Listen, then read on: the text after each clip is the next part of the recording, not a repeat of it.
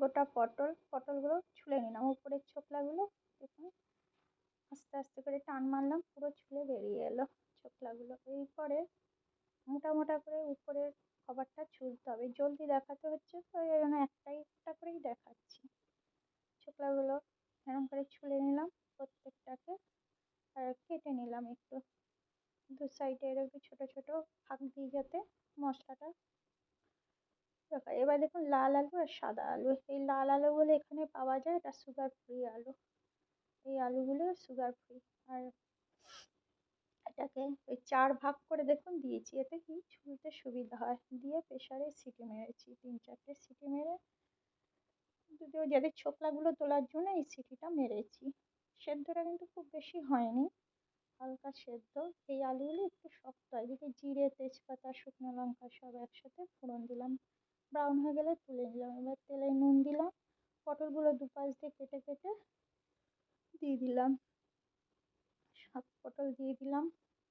দেওয়ার পরে ওই যে দেখুন ওইটা ফুটো আছে, ওটা দিয়ে বেরিয়ে হয়, এদিকে সেদ্ধ হয়েছে। এটা কিন্তু খুব সেদ্ধ হয়নি, ছোকলাগুলো ছুললাম একসাথে, গোটা গোটা ছোকলা ছুলতে সুবিধা হয়। এরপরে বাদাম, কাজু সব একসাথে নিয়ে ভাজলাম, ভাজা হয়ে গেল এক সাইডে, পটলগুলো তুলে নিলাম।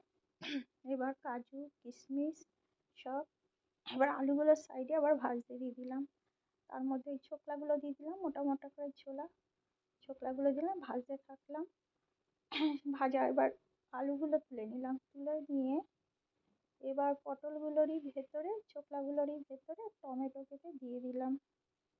সে টমেটোর বীজ আপনারা খাবেন না, টমেটোর বীজটা ফেলে দেবেন। যাদের ব্যথার রোগ, টমেটোর বীজটা খুব খারাপ, ইউরিক অ্যাসিড থেকে বাঁচায়, ইউরিক অ্যাসিড হয় খেলে পরে যাদের বেশি, তাদের খাওয়া উচিত না। টমেটোটা বেশ বড় মাপের দিলাম।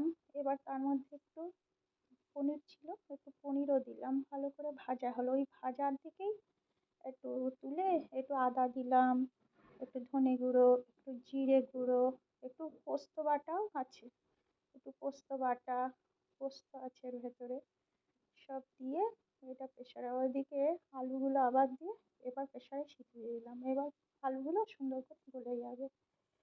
এবার সব এটা নিয়ে সব দিলাম, পটলগুলো এবার ওর ভিতর দিয়ে নাড়ালাম, এতে প্রেসারে সিটি পড়ে গেছে, এই পেস্টটা হয়ে গেছে। এবার একটু পোস্তও আছে, এদিকে এটা সিটি পড়লো, এবার আলুগুলো ভালো করে সেদ্ধ হয়ে গেছে। এই লাল আলুটা একটু প্রথমেই গলে যায় না, কখনোই গলে না। এবার পেস্টটা দিয়ে দিলাম, ওর ভিতরে একটু পোস্তও আছে, তবে একটু কস্তুরি মেথি ছড়িয়ে দিলাম, একটু গরম মশলা দিলাম, আবার একটু বাটার দিলাম, আর একটু চিনি দিলাম, তারপর হয়ে গেছে।